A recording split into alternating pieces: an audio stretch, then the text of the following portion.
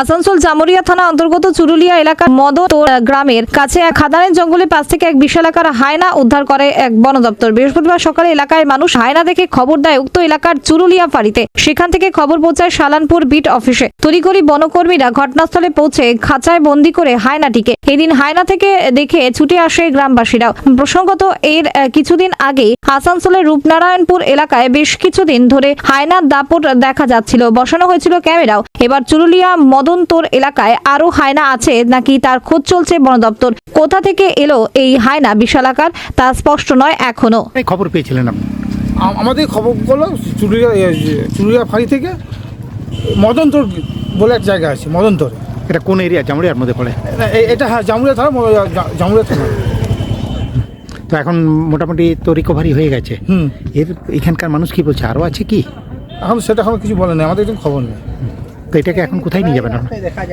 কোথায় নিয়ে যাবেন এখন? এটা আমরা রূপনারায়ণপুর নিয়ে যাবো, আমাদের রেঞ্জ অফিস রূপনারায়ণপুর।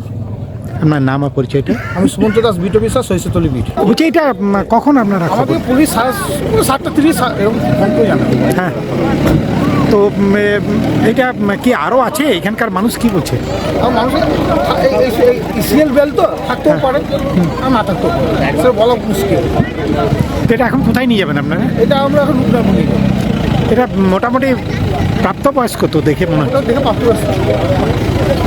আপনার নাম আর পরিচয়টা? Sumanta Das, beat officer, Saishatali beat. আপনার এখানে কি হয়েছিল? হায়নাটা কি করে ধরা পড়লো?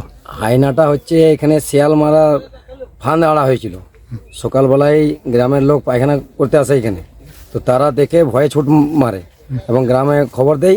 গ্রামে খবর দেওয়ার পর চুরুলিয়া ফাঁড়িকে খবর দেওয়া হয়। চুরুলিয়া ফাঁড়িকে খবর দেওয়ার পর ওনারা বন দপ্তরকে খবর দেয়। সেখান থেকে ওনারা এসে বড় একটা খাঁচা নিয়ে আসে, তার মধ্যে খাবার দেয়। খাবার দিয়ে ওকে খাঁচার মধ্যে ঢুকিয়ে নিয়ে যায়। আর এখানে প্রচুর পরিমাণে আরও হায়না আছে, একাও ফেসে গিয়েছে। আমাদের গ্রামের লোক অনেক আতঙ্কে আছে।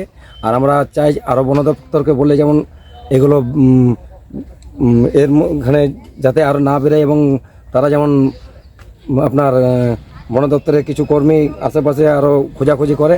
কারণ এখানে টিউশনি পড়ে, চুরুলিয়া থেকে টিউশনি পড়ে অনেকই বাচ্চা সন্ধ্যেবেলা আসে এবং রাত্রে যারা দিনমজুর শ্রমিক তারা ফ্যাক্টরি কাজে যায়। এই ধরনের প্রথম ধরা পড়লো না এর আগেও ধরা পড়েছিল? এর আগে দুটো ধরা পড়েছে।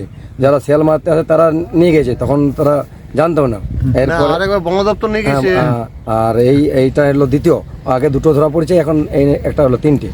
এই জায়গাটাকে কি বলে? এটা মদনতোর আর মধুনগর মধ্যবর্তী জায়গা, মদনতোর শ্মশানের মদনতোর গ্রাম। মদনতোর গ্রাম। কি নামটা কি আপনার? আমার নাম মুকুন্দ ব্যানার্জি।